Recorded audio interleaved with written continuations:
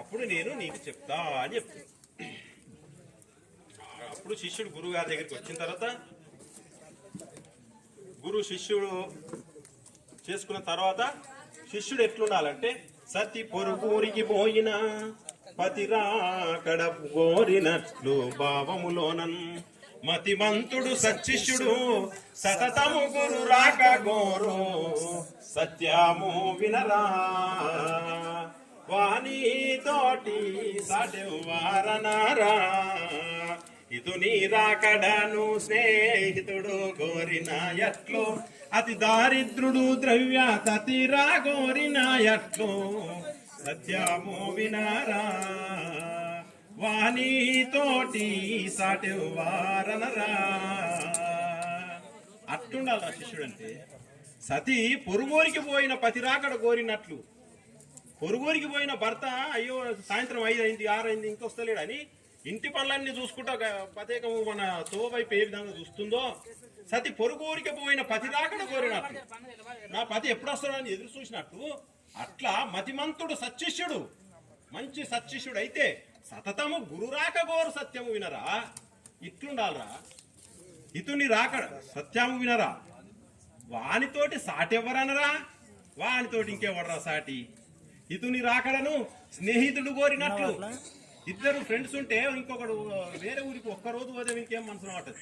అట్లా ఇంకెప్పుడు వస్తారా 4 సార్లు ఫోన్ చేసినట్టు ఇసురు రాకడను స్నేహితుడు కోరినట్లు అతి దారిద్రుడు ద్రవ్యమతిరా కోరిన ఎట్లు సత్యము వినరా వానితోటి సాటెవరనరా. ఇట్లుండాలి. హృదయ గ్రంథి విడుటకై సదయత ఈ శిష్యుని గురించి చెప్తున్నావు నాయన.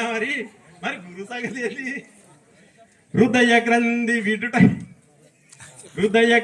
విడుటకై సదయత ఈ బోధదెల్ప జనదా గురుడై వదలక చిత్తములో గురు పదయుగలము దల్పవలదే భక్తుడైనప్పుడు భ్రాంతి రహిత సక్తుడైనప్పుడు కుదురాదో ఇవి రెండు గురు శిష్యులకు లేక కదిలికేలేనట్టి ఘనబోధోక్త స్థితి భక్తుడైనప్పుడు భ్రాంతి రహిత సక్తుడైనప్పుడు.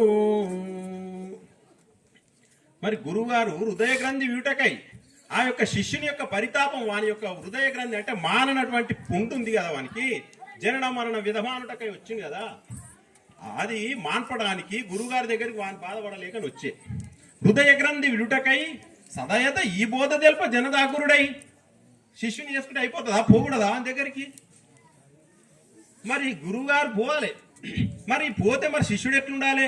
వదలక చిత్తములో గురుపదయుగలము దల్పవలదే భక్తుడైనప్పుడు భ్రాంతి రహిత సక్తుడైనప్పుడు గురువు గారి యొక్క పాద పద్మములు తన యొక్క హృదయం లోపల పదేకం తలుచుకుంటూ ఈ విధంగా ఉండాలి. ఈ విధంగా లేకపోతే కుదురాదు ఇవి రెండు గురు శిష్యులకు లేక. ఈ విధంగా లేకపోతే మీకు మర్యాద కుదరదు. కుదురాదు ఇవి రెండు గురు శిష్యులకు లేక కదలిక లేనట్టి ఘనబోధోక్త స్థితి ఎట్లా కంటాడు ఇంకాడు? అట్లా కాదు అని చెప్తాడు.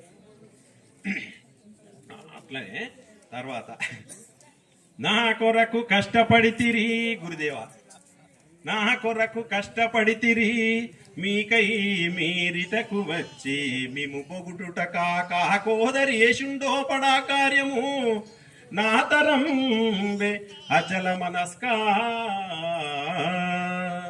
గురుదేవా, నా గురించి ఎంత కష్టపడతారు, నా కొరకు కష్టపడుతున్నాయి మీరు.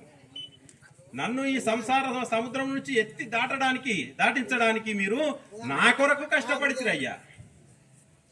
నా కొరకు కష్టపడితిరి మీకై మీరిటకు వచ్చి.